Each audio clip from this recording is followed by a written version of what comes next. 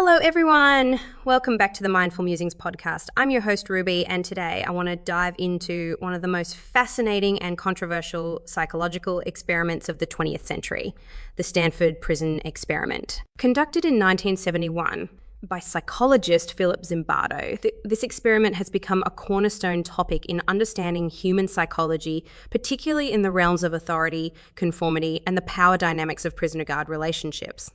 But today, I want to approach it from a different angle. What if mindfulness played a role in this experiment? How could it have changed the outcomes? So let's set the stage first.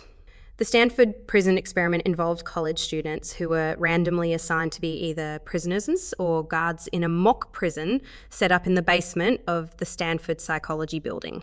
The experiment was supposed to last 2 weeks, but had to be terminated after just 6 days due to the extreme and unexpected behaviour displayed, particularly by those playing the role of guards. The guards became authoritarian and inflicted psychological torture, while the prisoners became submissive and showed signs of severe distress. It's a stark reminder of how quickly and profoundly individuals can change when placed in certain roles and environments. But here's where I start to wonder, could mindfulness have altered this path? Mindfulness, the practice of being fully present and aware of our thoughts, feelings, and environment, could have served as a powerful tool in this scenario.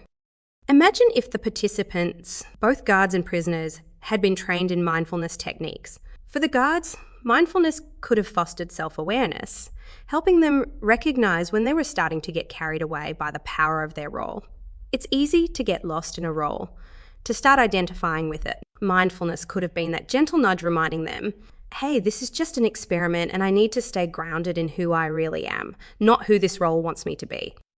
This self-awareness could also have helped the guards to empathize with the prisoners, instead of viewing them just as subjects in an experiment or worse, as mere objects of their authority. Mindfulness could have helped them see the prisoners as fellow human beings, experiencing fear, confusion, and distress.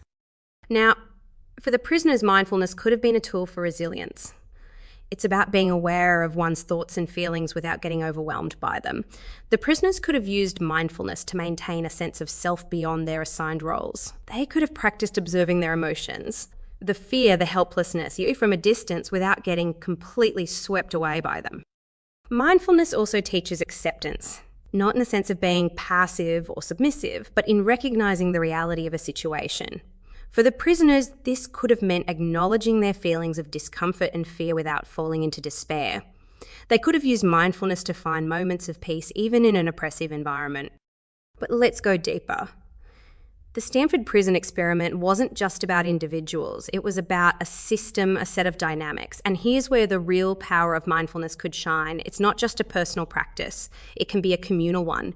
Mindfulness could have fostered a more compassionate, empathetic environment. If both guards and prisoners were practicing mindfulness, there could have been a shared understanding, a mutual respect. I also wonder about Philip Zimbardo, the psychologist leading the experiment. What if he had been practicing mindfulness? Would he have been more attuned to the ethical implications of the experiment? Perhaps he would have recognized sooner the harm being inflicted and ended the experiment before it reached such damaging extremes. Mindfulness brings us back to our core values, to our sense of right and wrong. The high-pressure artificial environment of the Stanford Prison Experiment, this could have been a beacon of sanity, a reminder to all involved of their humanity and the humanity of others. But here's a question for you, my listeners. Do you think mindfulness could have truly made a difference in such an extreme situation? Or do you believe the power dynamics were too strong, too ingrained in the setup of the experiment itself? This brings us to a larger conversation about the role of mindfulness in society. It's not just a personal practice for inner peace. It's a tool for social change. By fostering empathy, self-awareness, and a sense of connectedness, mindfulness has the potential to transform how we interact with each other, how we handle power and authority, and how we respond to challenging situations. The Stanford Prison Experiment is a reminder of the darker aspects of human nature, but it's also a call to action, a prompt to explore how we can cultivate compassion and understanding in ourselves and in our communities. Mindfulness might just be one of the keys to unlocking a more empathetic, conscious society. So I'll leave you with these thoughts to ponder. How can we apply mindfulness, not just in our personal lives, but in our broader social structures? How can we create spaces where mindfulness is not just an individual practice, but collective one, influencing the way we relate to each other and the world around us. As always, I'm eager to hear your thoughts on this.